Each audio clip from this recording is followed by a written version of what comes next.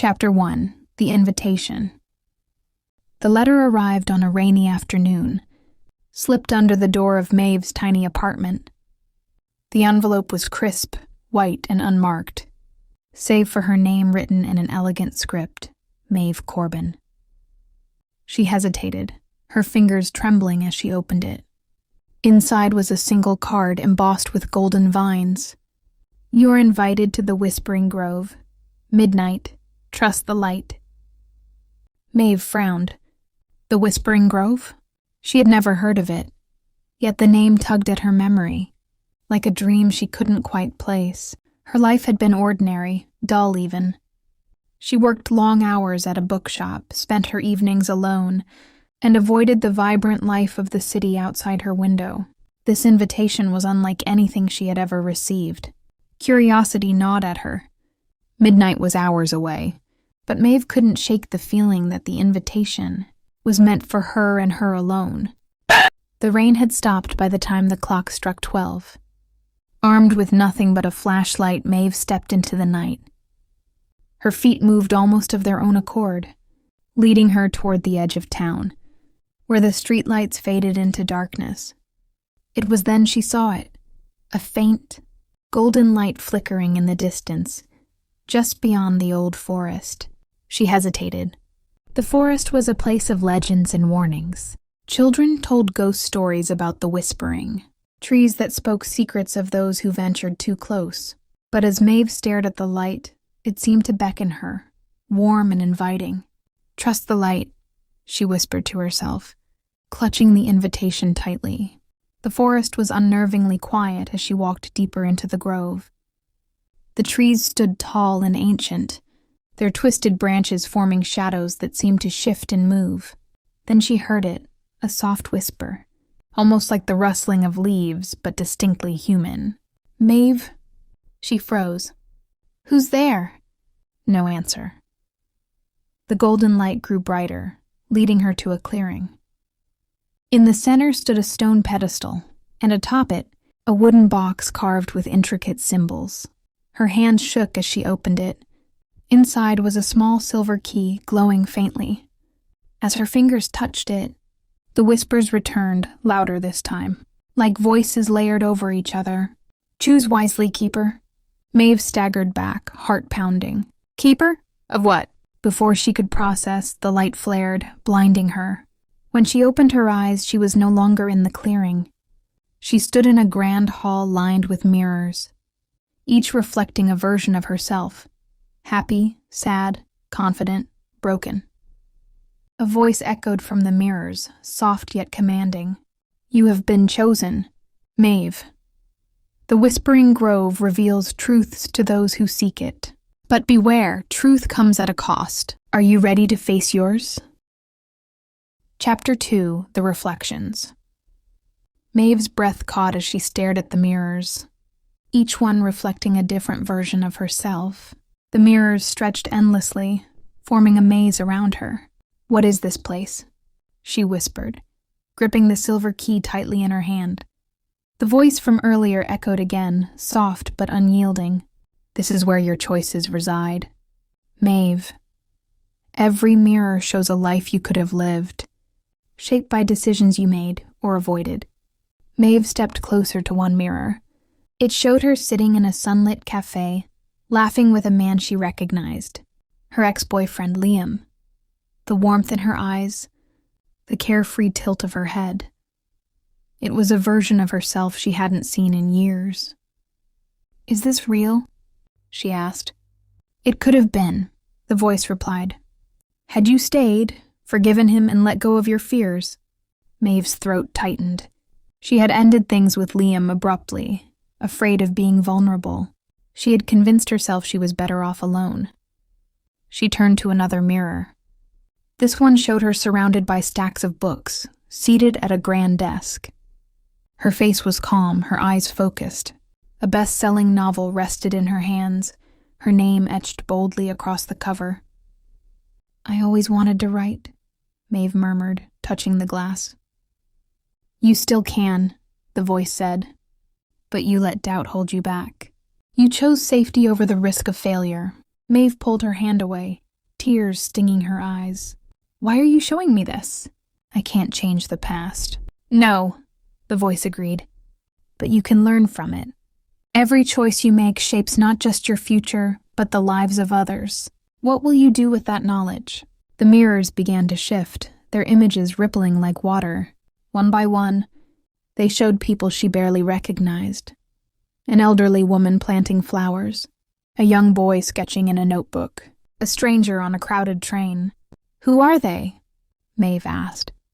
"They are the threads of your story," the voice said. "Your actions, no matter how small, leave ripples in the lives of others. You are connected to them, as they are to you." The last mirror stopped on an image that made her blood run cold. It showed the forest, dark and foreboding. A shadowy figure stood in the clearing where she had found the box, its face hidden but its presence menacing. "What is that?" "Your greatest fear," the voice replied. "The unknown. The choices you avoided, the truths you refused to face." The silver key in her hand grew warmer, as if urging her forward. "What do I do now?" she asked, her voice trembling. "Follow the key," the voice instructed. "But beware, Maeve. Not all truths are easy to bear. Are you ready to see who you truly are?" Maeve hesitated, but something deep within her stirred, a spark of courage she hadn't felt in years. "Yes," she said, her voice steady. The mirrors shimmered, their edges glowing with golden light. The path ahead cleared, and Maeve stepped forward, the silver key pulsing with every beat of her heart. As she walked, she couldn't help but wonder, was she ready for the truth? Chapter 3. The Shadow's Warning. Maeve followed the glowing path, the silver key warm in her palm. The golden light from the mirrors dimmed behind her, replaced by the cold, suffocating darkness of the forest. The whispers returned, louder now, circling her like 1,000 unseen voices. "Turn back, Maeve. You are not ready." Her grip on the key tightened. "I won't turn back. Show me the truth." The path led her to a towering oak tree, its gnarled branches stretching toward the sky like claws. At its base was a stone pedestal, much like the one she'd seen before. But this time a figure stood beside it. The figure was cloaked in shadows, its edges flickering like smoke. Though its face was hidden, Maeve felt its gaze pierce through her. "You should not have come," the figure said, its voice deep and resonant. Maeve stepped closer, her heart racing. "Who are you? What is this place?" The figure gestured to the pedestal, where an ornate hourglass rested. Its sand glowed faintly, golden grains slipping through the narrow neck at an unsteady pace. "This," the figure said, "is the Keeper's burden. Time itself. You have been chosen to protect it." Maeve's pulse quickened. "Protect it from what?" "From those who would use it for their own gain," the figure replied. "Time is a gift, but it is also a weapon. In the wrong hands, it can unravel everything." Maeve shook her head, stepping back. "Why me? I'm nobody.